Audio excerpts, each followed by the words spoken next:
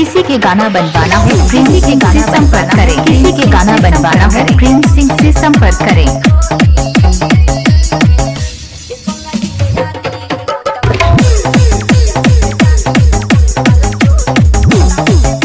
DJ Prince Singh Dhauraha. Prince Singh धौराहा।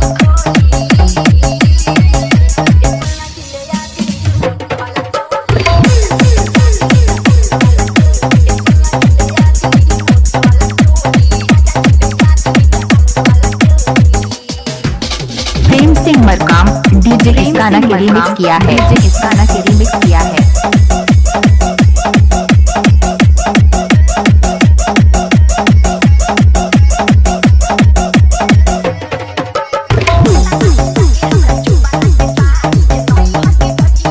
किसी के गाना बनवाना है प्रिंस सिंह से संपर्क करें। बनवाना है प्रिंस सिंह से संपर्क करें। प्रिंस सिंह धौराहा।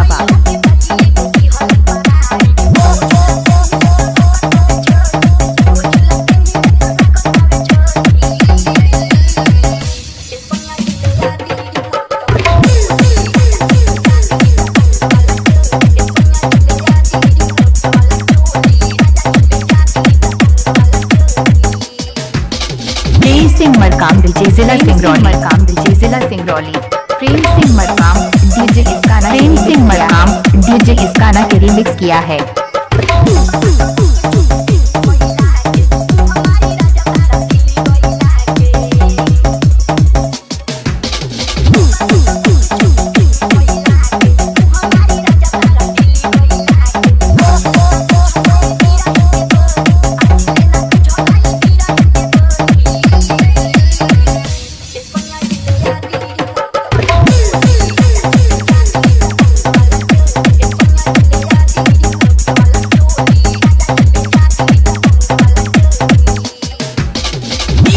प्रेम सिंह मरकाम डीजे धौराहा। प्रेम सिंह का चैनल सब्सक्राइब। प्रेम सिंह का चैनल सब्सक्राइब करें।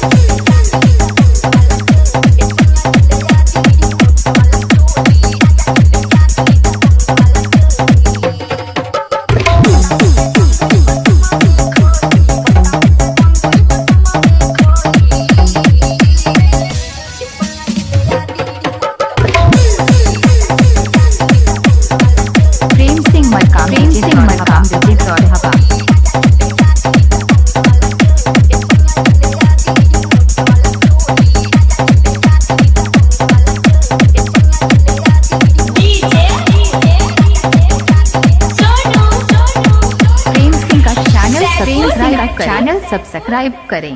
प्रेम सिंह धौराहा। प्रेम सिंह धौराहा।